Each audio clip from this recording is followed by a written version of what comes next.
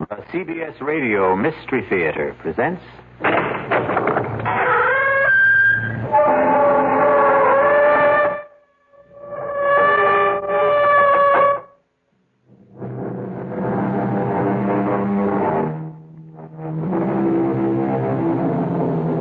Come in.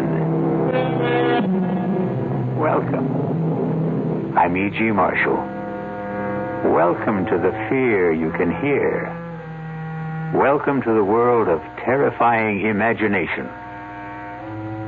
It gives me a fiendish delight to invite you on a very unusual expedition. For in our tale to come, we are going to travel not to distant shores, not to outer space, but instead backwards in time. Time as the archaeologist knows it. The depths of time. Strange thing about archaeology, it seeks to understand life by the study of death. Can we try to uncover the rest of the body, Professor? Of course. Jimmy, get the 3 or 4 fellows to help you, and do it carefully. There's no way of telling the body's position. Sure thing, Professor. Oh, this is awful. What are we going to do? Don't worry. Ancient bodies are your specialty. Fresh ones are mine. But how do you know it's murder? You surprise me. A suicide may dig her own grave, but you'd hardly expect her to pull the dirt in after her.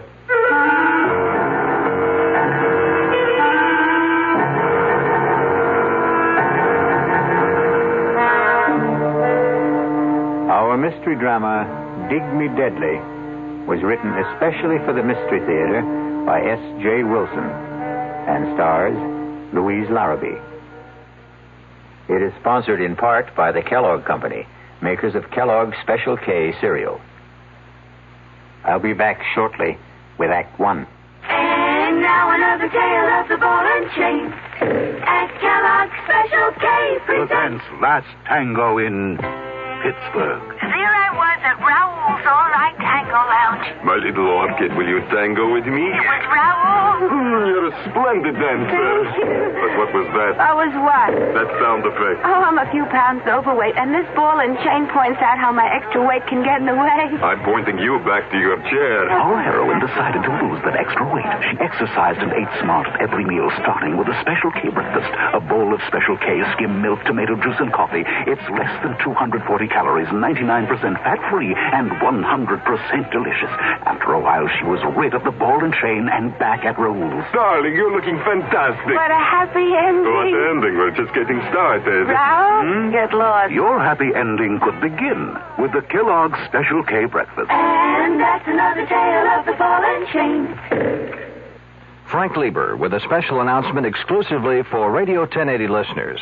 Metroplex Tire and Appliance Stores are offering a front-end alignment that's guaranteed to last for 5 years or 50,000 miles. A regular $20 value, but just for our listeners, the price is, you guessed it, $10.80. $10.80 for most American cars. And the guarantee is good nationwide. But you must ask for the Radio 1080 special at Metroplex Tire and Appliance. In Carrollton at Beltline and Josie Lane. In Town East at Town East Boulevard and Gus Thomason Road. Ask for the Radio 1080 special at either location. And for just $10.80, you'll have your car's front-end alignment taken care of for the next 5 years or 50,000 miles. And at no extra charge, your 2 front tires will be expertly balanced. Metroplex Tire and Appliance in Carrollton and Town East. And watch for their new location opening soon at 4102 Lemon Avenue, just 3 blocks north of Oak Lawn.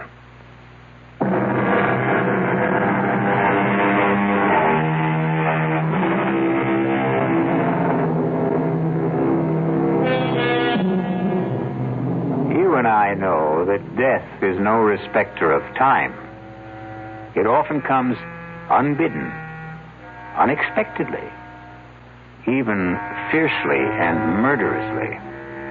So, get your pith helmets, your sunglasses, your axes, shovels, and all the other paraphernalia you will need to join us in Dig Me Deadly. Young man, why aren't we on a road? Why do we have to cross the desert? Because it's the fastest way to where we're going, Detective Scrubshaw. Not Scrubshaw, Trubshaw. Trubshaw. Detective Claudia Trubshaw.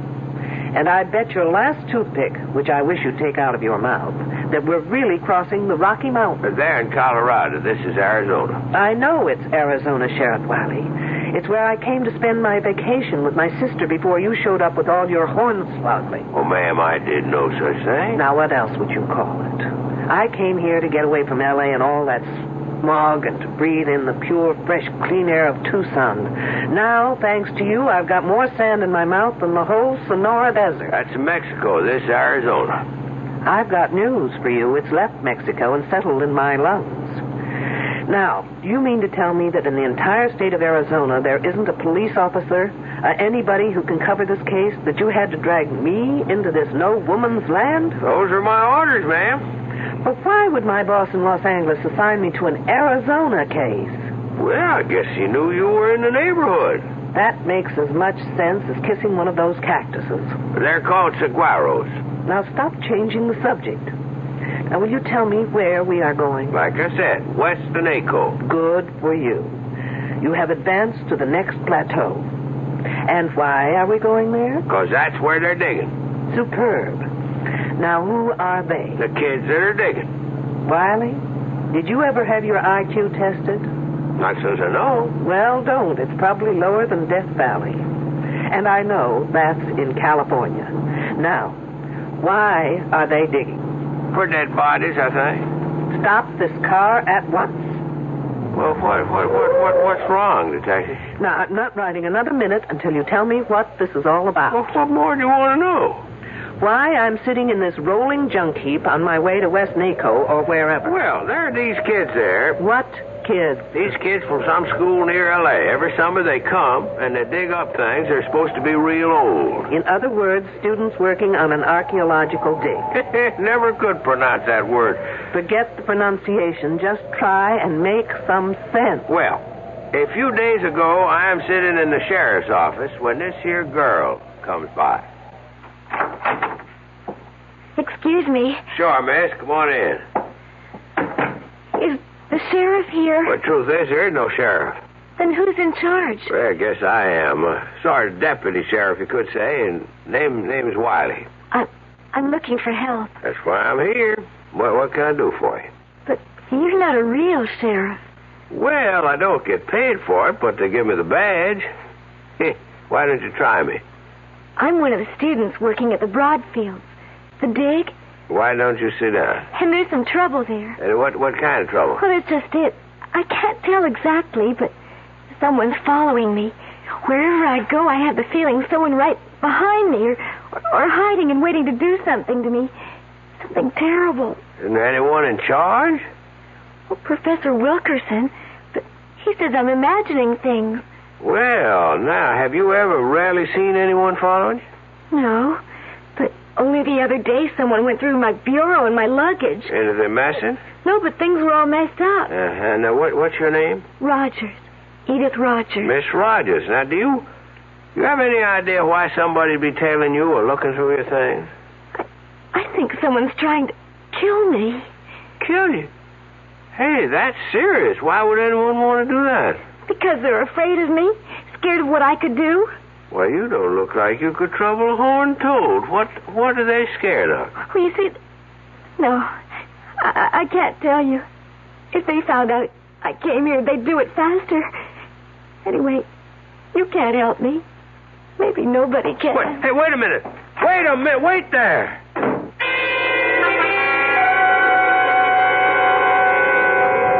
Then what did you do? I phoned that Professor Wilkerson.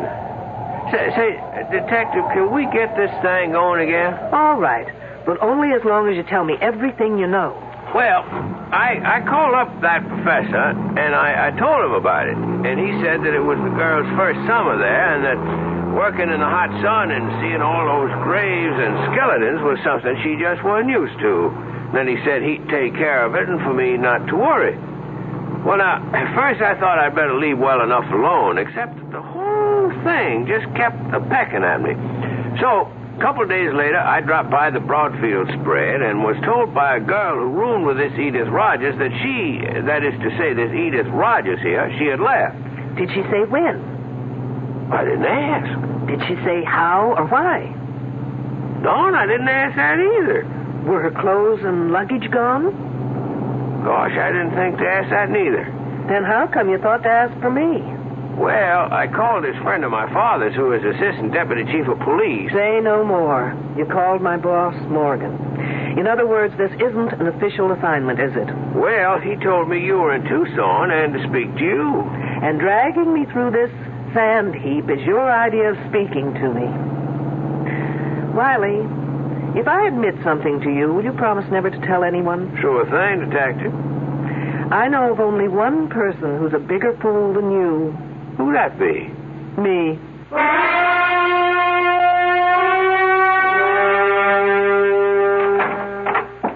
Detective Troopshaw? I'm Julian Wilkerson. One of the students tells me you'd like to see me. Only in an unofficial capacity, Professor. If you can be of assistance, fine. If not, I'll understand. Well, I'll try. Professor, this is Sheriff Wiley. Oh, yes. How do you do? Hi. What's it all about? The Rogers girl. I understand she's not here any longer. Yes. I knew that girl would be more trouble than it was worth to bring her out here. Then why was she here? Oh, she was thinking of archaeology as a major. You see, she apparently comes from a difficult home. She had nothing to occupy her this summer, and the dean asked me if we could fit her in. Try to make her feel she belongs to something. A group. Apparently it didn't work out. No. She moped a lot. Got depressed, suspicious. Felt she wasn't wanted. I did everything I could. I got two of the nicest girls to room with her. Who are they? Oh, Janine Boulanger, a French exchange student. Specializes in atomic physics. And Susan Lathrop, a straight-A student. Very outgoing, very bright. Were there any young men? Yes, and I didn't like doing it, but I got Jimmy Trumbull to spend some of his free time with her. He's our prize. He's a brilliant fellow. We call him our Libby. Libby? Well, now that's a girl's name, eh? Wiley, you're famous for not asking questions. Why not live up to your reputation? Professor Libby developed the carbon-14 dating system. Oh, he did he? Yes. Anyway, Edith didn't take to the work or to anyone. It's no surprise that she just dropped out. Are her belongings still here? Well, I wouldn't know, but Susan would. She's in the specimen shed next door. Let me call her. Sue Lathrop. Yes, Professor? Well, can you come to my office for a minute? Wiley, why don't you do something constructive, like seeing if you can get me something to wash down this sandstorm I swallowed, thanks to you. Sure thing. Detective, anything special? Just something soft, wet, and cold, please. I'll be back in a minute. Oh, sorry, miss. I didn't mean to knock. Oh, that's all right. Susan, I'd like you to meet Detective Troopshaw. A detective? From the police? Yes, but not on official business. What for, then? I was wondering if Edith Rogers' belongings were still in her room. Oh, Edith? Oh, no. She took everything when she left. When was that? Oh, about 4 or maybe 5 days ago. I'm not sure. Do you have any idea why she left? Not really. She didn't tell anyone she was going, but then she just didn't get... Well, what can I say? Susan's trying to be discreet. The fact is, the girl just didn't belong. Did anyone notify her family? I know I didn't. We just assumed that she hitchhiked her way home, or perhaps to one of the youth communes around here. Then, at this point, we don't know if she left or disappeared. But what would make you think she disappeared? She went for help to what's supposed to be the local sheriff's office. She was frightened, thought she was being followed, that someone wanted to kill her. That's just like her. She was so silly, so romantic, always making up stories where so-and-so loved her madly and so-and-so was terribly jealous of her. And, of course, she was always at the top of the trying. I suppose we could phone her home and see if she got there. You fool! You stupid idiot fool! Such a Well, no call to get yourself all heated up. It's just an old arrowhead. That says radioactive area. Do not enter. Sounds like Wiley tried to get me a bottle of atomic soda pop. Oh, that's Janine. Let's see what the fuss is about. Now what, Wiley? Well, it beats me. I just picked up this here arrowhead in that shed, and she comes down on me like an eagle on a stray lamb. That is not an arrowhead, young fella. It's a spear point that happens to be about 12,000 years old. Trouble is, it's recently been through carbon-14 dating. That? Yes, and it may still be hot. Like an atom bomb? Hopefully, Wiley, you'll go up in a mushroom any minute. Oh, Professor, I am so sorry. Wiley, just give that arrowhead to Janine. She's wearing protective gloves. And then follow her. She'll take you to the decontamination room. You'll probably be all right. Don't look so worried, Wiley. There's no chance of it affecting your brains. You're sure now, Detective? Absolutely. Follow me, you goose, quickly. So that stone point is 12,000 years old. Yes. Well, that's as close as we can get within the margins given by C14. But Jimmy is now working with radioactive potassium, which can give us an earlier reading. I thought 10,000 to 15,000 was about the earliest records we have of man on this continent. Well, we've got some surprises in store. Not only for you, Detective, but for the world. Really? Care to give me a clue? I already have. I filed that one away. Which one? With C14, you can date back some 50,000 years, but with potassium, you can go back to at least 1 million years, right? Yes, that was the clue. Interesting. What are you hoping for? It's no longer a hope, Detective. But you'll have to be patient and wait until we release our reports. What's that all about? I don't know. The kids seem to be heading for the northwestern bridge. I've got to go. I'll bet it's Wiley again. Nothing like this has happened before. Nothing like Wiley has happened before. Susan, do you know what's happening? No, Professor, but it's something exciting. Maybe a new find. I hope they didn't have to dig as much sand as I've got in my shoes. I'll catch up with you. Hi, Detective, aren't you coming? Someone screamed. Riley, where have you been? I've been in that shed with that French refrigerator. I need your shoulder. Well, what for? To lean on so I can get the Sahara out of my shoes. Okay, but you better hurry. Riley, no matter what has happened up there, you've got to do something for me. What's that? In that shed, can you remember what you saw there? Pretty much. Then listen carefully.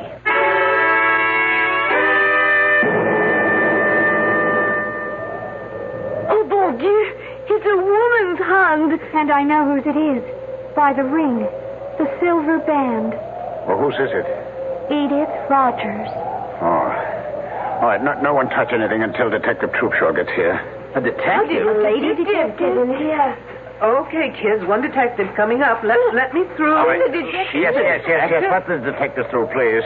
Well, from the looks of it, here's a lady who definitely needs a hand. Who found her? I did. And who are you? James Trumbull. I told you about him, remember? Oh, yes, you're Libby, as you call him. Yes. But there doesn't seem to be any digging around here. Is this the way you found her? Just one hand sticking out of the sand?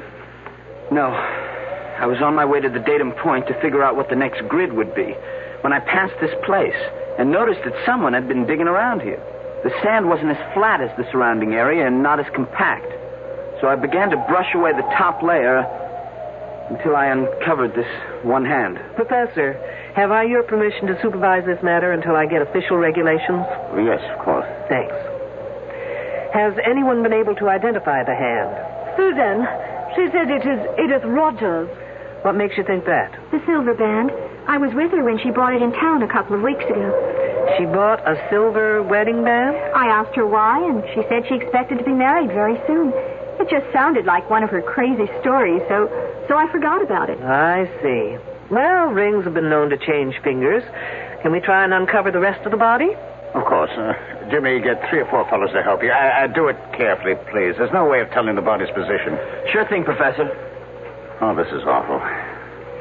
What are we going to do? Don't worry, Professor. Ancient bodies are your specialty. Fresh ones are mine. Yes, but this is liable to stop our work. This place will be crawling with police, newsmen, television crews, what all. Really?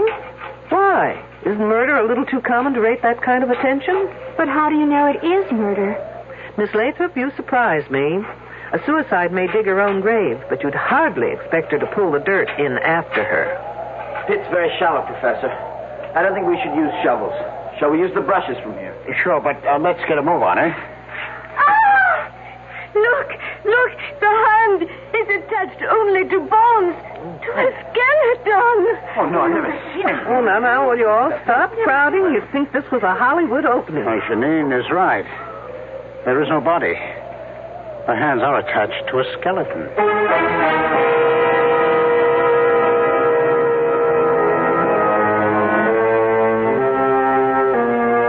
Fully fleshed hands attached to a body that is nothing more than bones. A skeleton.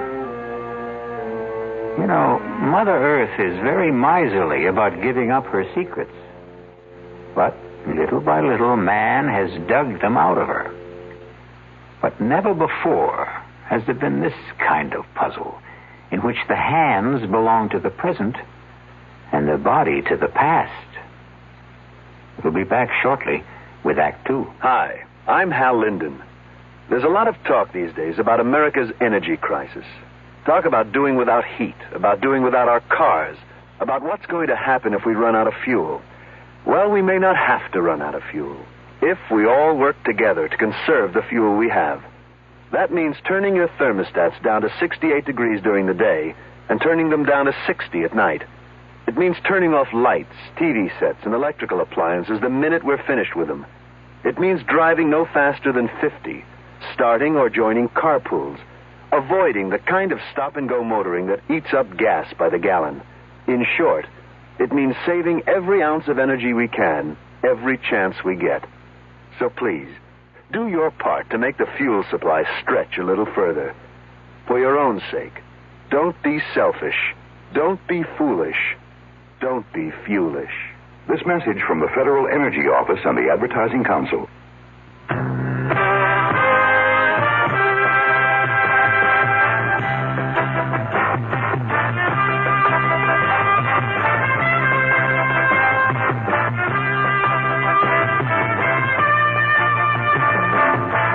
You don't just make a profit in the beef business. You work for it. Working to keep your feeders out of a growth slump.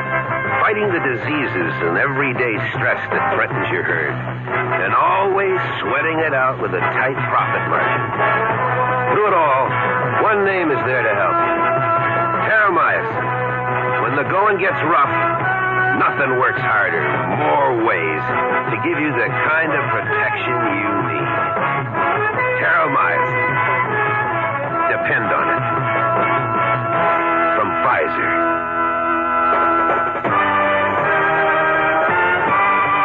More for growth and health.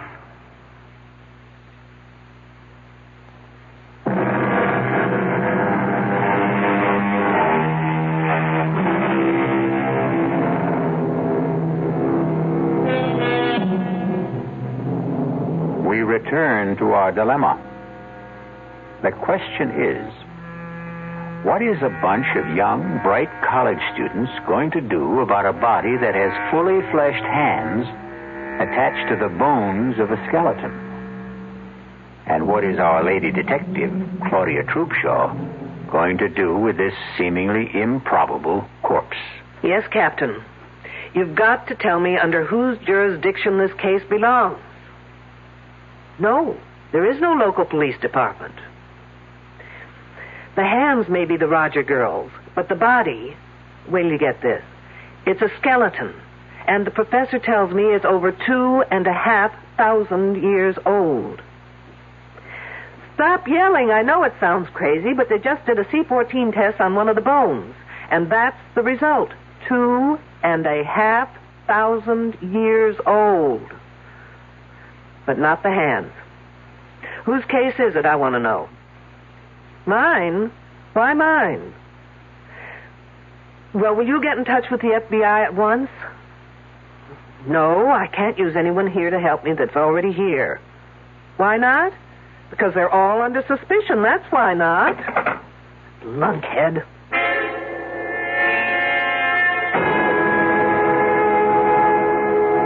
It's nice of you, Miss Boulanger, to take time off to have this little talk with me. Professor Wilkerson said I should answer all your questions to the best that I can. Do you always do what Professor Wilkerson asks? Oh, yes, he is a marvelous man. He is so brilliant. I'm sure. Tell me, do you have many friends among the other students? I don't think so. Not even Jimmy Trumbull? Oh, he is nice, but he is such a little boy. And the others? I am afraid they're all too jealous. Do you know why? Oh, they think that the professor treats me like a favorite. Well, does he? Of course not. But I have studied all this and done it in France before, so I know it very well. And they do not. I think I understand. This body we found, you've seen it? I could not bear to look. Oh, but you did. Now tell me, in all your work, both here and in France, have you ever seen anything like it? No, absolutely not. And you couldn't explain how two perfectly fleshed hands could be attached to a prehistoric skeleton? It's against all possibilities. What did you think of Edith Rogers? She was very unfortunate. In what way? Oh, she so badly needed some kind of an attachment. With a boy, I mean. And I think she almost found it. But then that Susan Lathrop got in the way and kept it from happening. How do you mean? Oh, I don't like talking gossip. But Edith Rogers liked very much this Jimmy Trumbull. But that Susan, who blows hot one day and cold the next, makes up her mind that Jimmy is her property.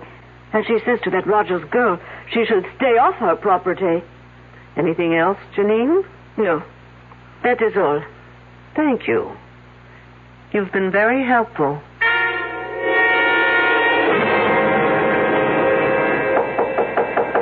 Come on in. Oh, hello, Jimmy. Hello, Detective Troopshaw. Professor Wilkinson says you want to see me. I have just a few questions that may or may not help clear up some of your problems. My problems? No, not yours personally, but the outfit. But where's the problem?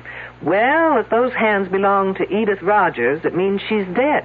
And that, I'd call a problem. This whole thing's crazy. It's some kind of gag. I mean, it's not possible for a skeleton of someone who's been dead for over 2,000 years to have the hands of someone who was alive a week ago, or less. Did you see Edith Rogers about a week ago? Yes, ma'am. I understood you were one of the very few who was sort of interested in Edith Rogers. Well, I was sorry for her. She was lonely and frightened. Did any of the others talk to you about her? No, but Edith had a lot to say about us. Can you give me some idea? Edith thought Susan was a fake, that Janine was phony, and the rest of us pretty silly digging away in over 100 degrees temperature. She just didn't understand why we were doing it. Didn't that make you wonder what she was doing here? Oh, sure. But she was lonely, and she would have done anything to be anywhere. Oh, say, I almost forgot. Something funny happened this morning, and I meant to tell you about it, but with all the rumors and gossip, well, it just slipped my mind. What was it? On my way to the grid we're working on, I ran into this Indian.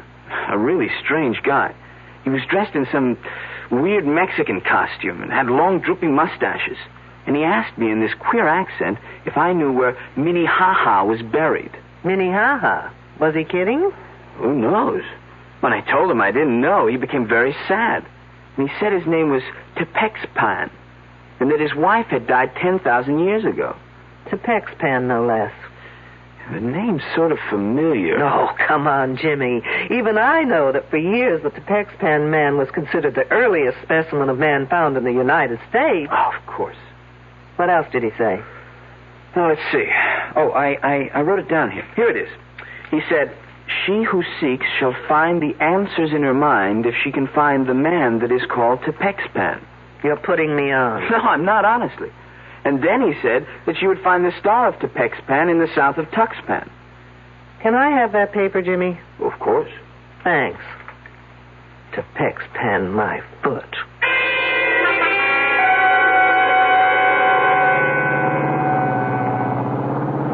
Wiley must be a genius to be able to drive this kidney buster. I can just about manage to keep the wheels straight. Now, where am I? Tuxpan.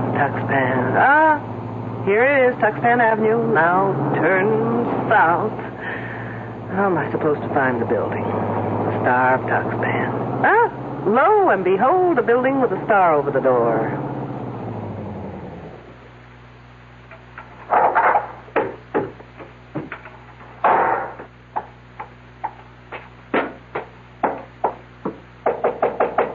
Enter in peace, old ancient squaw. I'll fix that one's TP. I was told you've been to the ancient burial ground. You have been told well. I go to see my wife. Is she one of the workers at the dig? Oh, no, she toils no more. Your people toil for her. Hit me with that one again. She has been dead for over 10,000 years. I thought it was 2,500. But what's a few years in a romance that lasted that long, right? Her spirit gives me many answers to my prayers. Do the answers to mine happen to be among them? Well, if you open the pouch, I will place a magic message within. Gracias, senor. It is but the will of the gods that I obey. Incidentally, Senor Tepexpan, the next time you speak to the spirits of the gods, find out the name in Indian for fruitcake. As ancient squaw commands. And take that silly toothpick out of your face.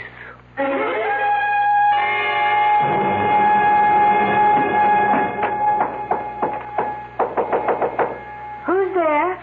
Shirley Holmes. Who? Oh, it's you, Detective. I was just being cute, Miss Lathrop. Shirley, Sherlock Holmes, get it? What's there to get cute about? I see you're packing. I'm leaving. I'm sorry, Miss Lathrop, but you're not going anywhere. Why not? Because everyone stays put until I get the answers to a thing or two. Such as? If the body we found yesterday was Edith Rogers... I told you it has to be Edith.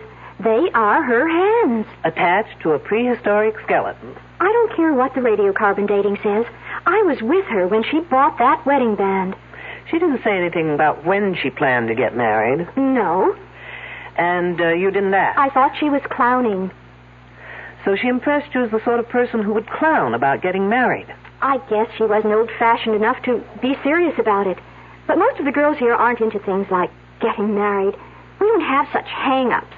And Edith Rogers was a square. Very square. You must have found it a bore to room with her. Frankly, she was a bit of a drag. How did Janine get along with her? They hardly spoke to each other. Because of Wilkerson?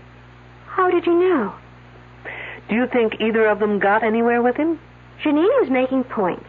Not that she's so hot, but her father's an important politician in France, and Wilkerson is impressed by that sort of thing. Ambitious, eh? Even at his age. Oh, come on, Miss Lathrop. He's not that old. Old enough to have a son who's in college. As a matter of fact, it was good old Edith Rogers who told me that. Did she tell you anything else? Nothing important. Have you ever seen anything like that body before? Never. Think hard. Maybe an experiment done on an animal in a lab or in the dating shed? No.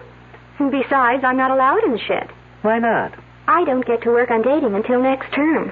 Oh, I guess I'll have to take my own advanced course with Professor Wilkerson. That's Janine. I was waiting for the second moccasin to drop. Let's go.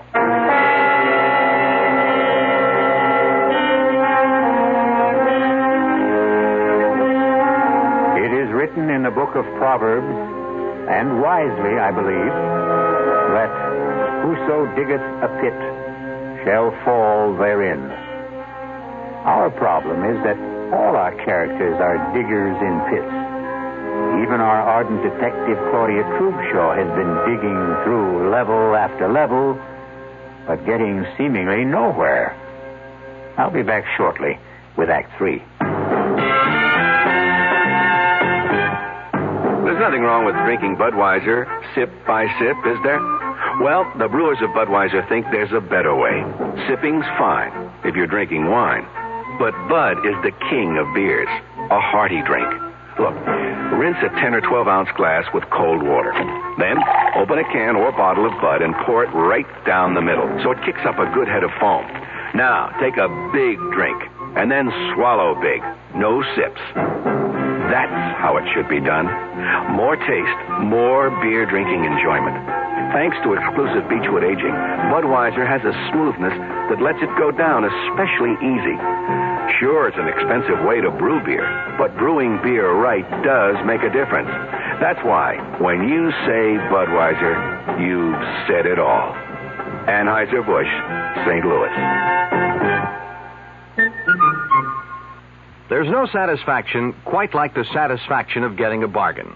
It brings a smile to your face, partly because you've saved money, mainly because you've beat the system by paying less when everything seems to be costing more.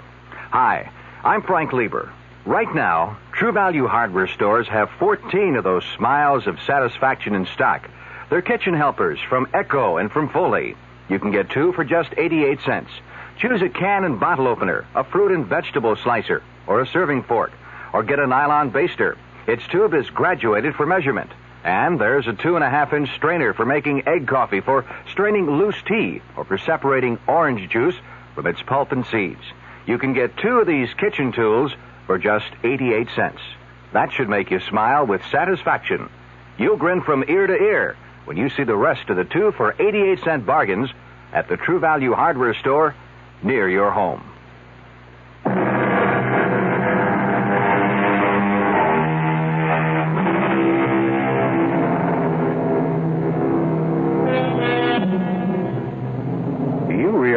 That the gunshot we heard at the end of the second act was the first time anyone has used a conventional weapon in our story? Well, gunshots may not only be used to signify someone's end, they may also be fired to start something. Isn't that typical of a woman? She calls for help but doesn't bother to tell where she needs it. It sounded far away. Maybe from the northern grid section. You mean where the body was found? Yes. What could anyone be doing out there? Looking for clues? Or maybe hiding. Well, why didn't I think of that? I don't know. I heard. There's our man. You mean Professor Wilkerson? Yes. Hey, Professor. There's Detective. Over here. There he is. He turned on his flash. Professor, hold it a minute. Let me catch my breath. Did you hear Janine call? No, I was covering grid S42. We were working late there. Are you sure it was Janine? Pretty much, unless someone's imitating her accent. We don't know from where she called. I think it came from that north grid. First we heard what may have been a gunshot, and then we heard La Belle Janine calling for help.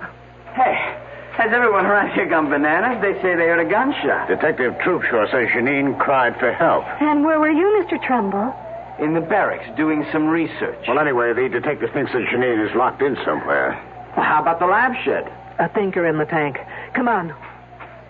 Who has the key to the shed? I do, but you'll have to wait out here. What for? I'll have to go in first to check on possible radioactivity inside. Just 1 second, Professor. Janine? Janine, are you in there? Yes, I am. Is it safe for us to come in? Yes. It is very safe. All right, I got my key here.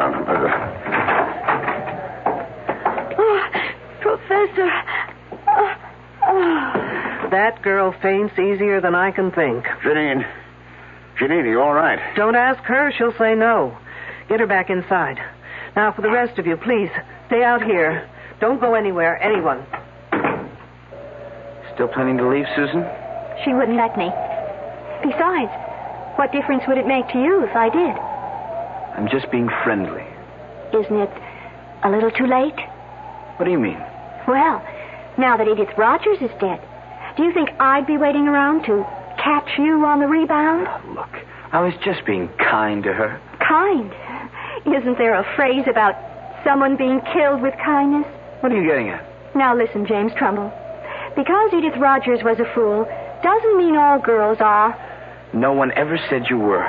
Look, the only reason I took her out a couple of times was because the professor asked me to. Aren't you the obedient student? What professors say, Jimmy do. I don't know how else I can convince you. You can't. And if I were you, I wouldn't try. Look, you can count on my being fair and keeping quiet. I'm not out for revenge. But I'm also not about to stick my neck out for anyone, including you. I still don't know what you're getting at. I'm getting at who killed Edith Rogers.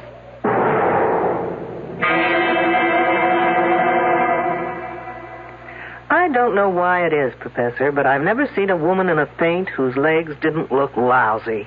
Oh, what happened? That did it. It always does. Janine.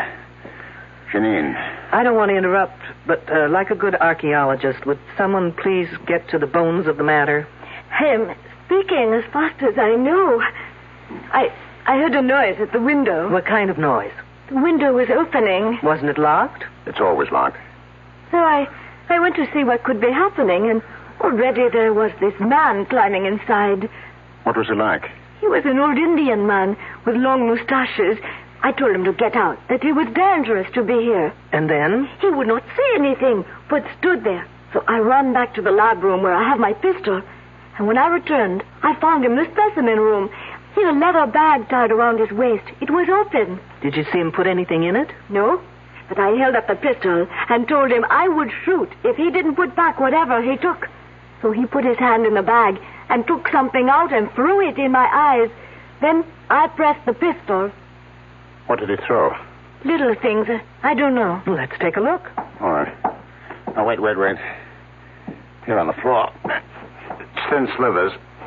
It's maybe wood. Let's take a closer look. No, don't touch them. For heaven's sakes, why not? They may be hot. I'll get the counter. Is anything missing, Miss Boulanger? I have not looked.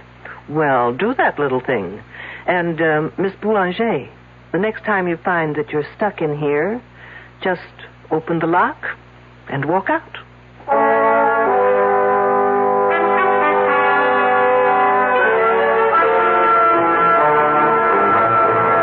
Okay, folks, time has come to stop playing games. What kind of games? The game where one hand washes the other. Now, since you've got seniority, Professor, we'll start with you. What kind of a game could I possibly be playing? Well, as a professor, you're a great show. As a poker player, you're stupid. Oh, really? You don't know how to bluff. Remember how you insisted that spear point Wiley took from the shed had to be radioactive? Well, you were lying. How dare you? When it comes to the truth, Professor, I'm very daring. That spear point was in perfect condition. If it had been dated, a piece of it would have had to be missing. How could you know that? What do you think they teach us at the police academy? Home economics? Now, putting it simply, the less carbon-14 in an object, the older it is, right? That is correct. And the older, the more valuable. Sure, that's what we're here for. To find evidence leading back to the first human being in America. And when you can't find it? Well, then you can fake it, can't you? What do you mean, Detective? There's no dating equipment in that shed. You are preposterous. Wait till you hear how preposterous I really am.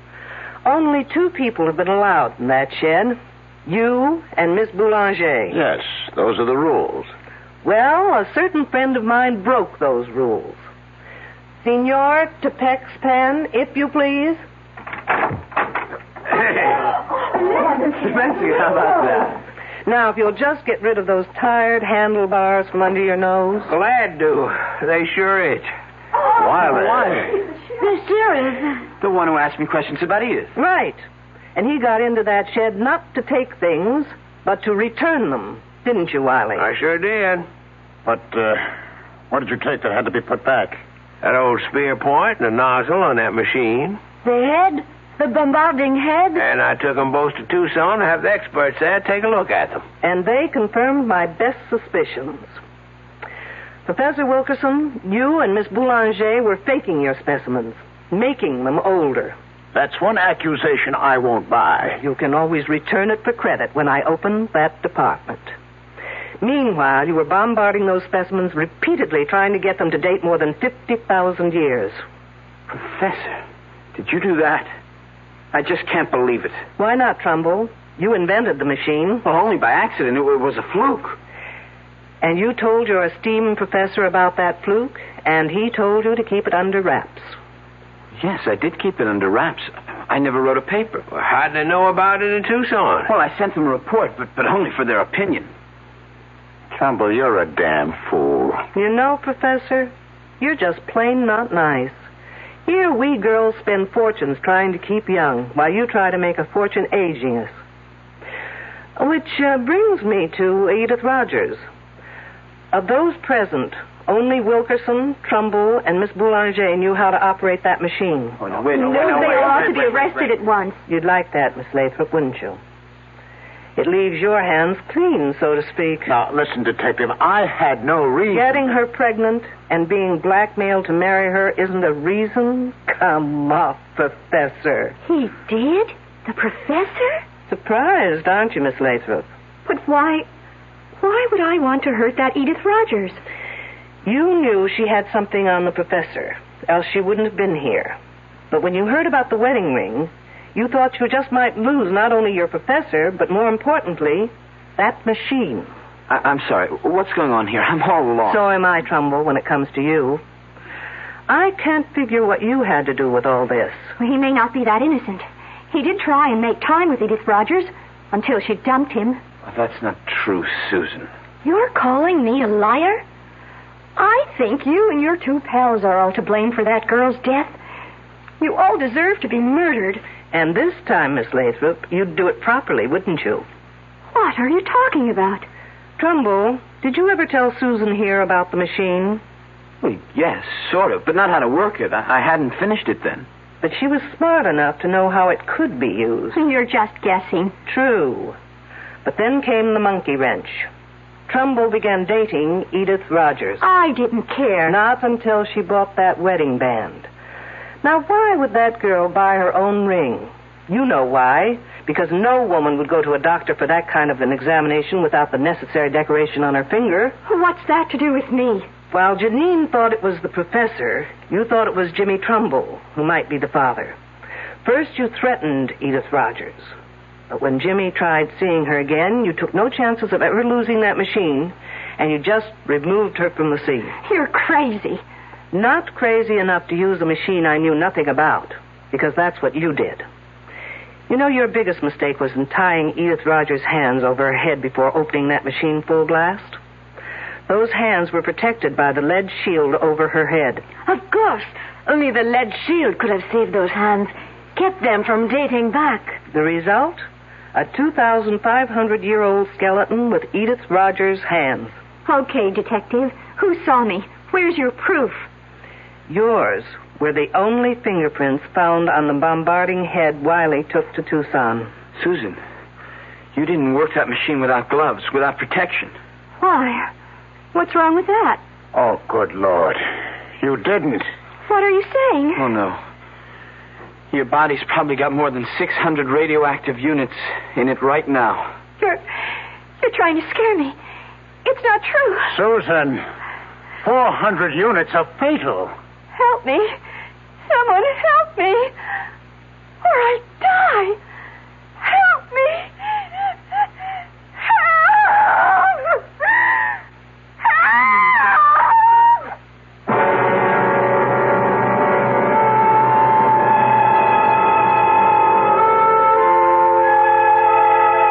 Obviously, Miss Susan Lathrop got a dose of the same medicine she gave Edith Rogers. Except in her case, its effects will be much slower and very much more painful. Sad. Very sad. But it will save the state a great deal of money.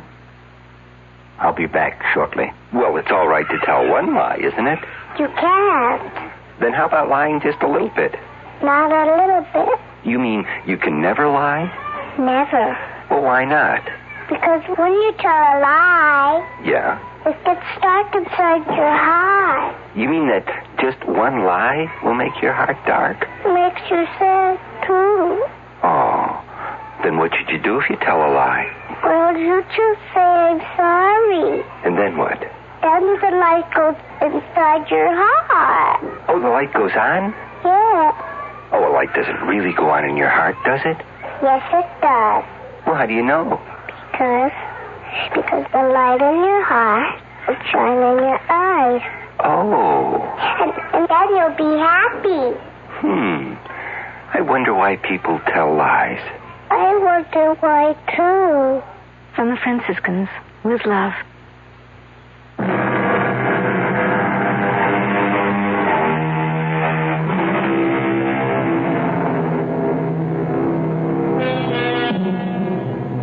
Here's a little thought to take to sleep with you. Never indulge in excesses. Eat moderately, drink moderately, and murder moderately. Our cast included Louise Larrabee, Mason Adams, Ralph Bell, Corrine Orr, Ann Costello, and Christopher Tabori. The entire production was under the direction of Himan Brown. Now, a preview of our next tale. I saw the glowing tips of 2 flipped cigarettes. And then... Kiss me, Richard. I'm crazy about you. Stop it! Stop it! Tom! What are you... Marianne, go inside. Go inside, I tell you. Now, wait a minute. Why? If you have anything to say, you can say it here in front of Richard. Go inside. Let go of my arm. Now, listen, you leave her alone. Let go of her. He broke my grip on her arm and pushed me away. His shove made me slip to my knees. I came up swinging at his face and missed. He pinned my arms from behind. Oh, listen. What's the matter with you? Are you crazy? I broke out of his grip, stepped back from him, and fell across the shovel. I grabbed the handle, jumped up. No! And swung at Emery. Too late for me to stop the swing. No! As she rushed in between us, the sharp edge of the shovel hit her in the back of the head. Oh! I stood there, holding the shovel, unable to move. Radio Mystery Theater was sponsored in part by Anheuser-Busch Incorporated, brewers of Budweiser. This is E.G. Marshall inviting you to return to our Mystery Theater for another adventure in the macabre. Until next time, pleasant dreams.